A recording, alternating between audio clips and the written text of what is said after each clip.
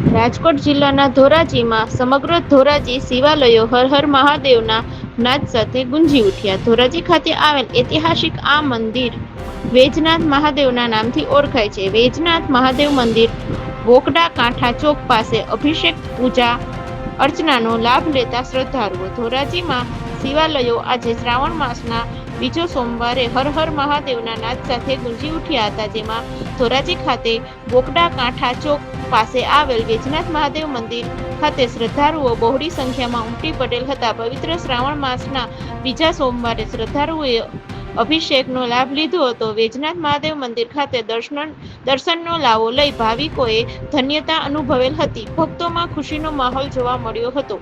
વૈજનાથ મહાદેવની વિવિધ પ્રકારનો શણગાર કરવામાં આવ્યો હતો. લોકો મહાદેવના રંગે રંગાયા હતા. રિપોર્ટર પરેશભાઈ વાજા, ધોરાજી.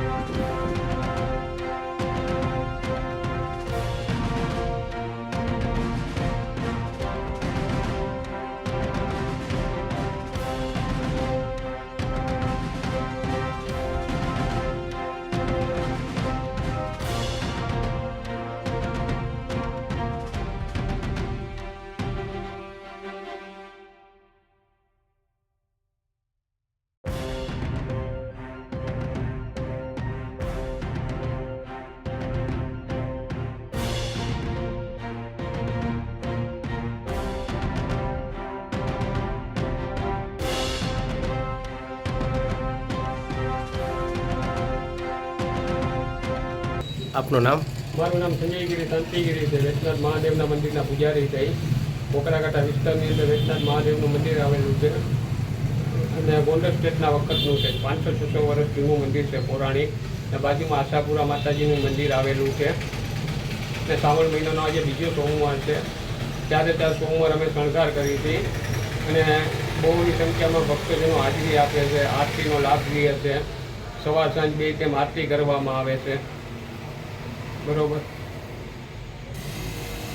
ત્યારે સોમવારે અલગ અલગ પ્રકારના શણગાર કરવામાં આવે છે ફૂલોના.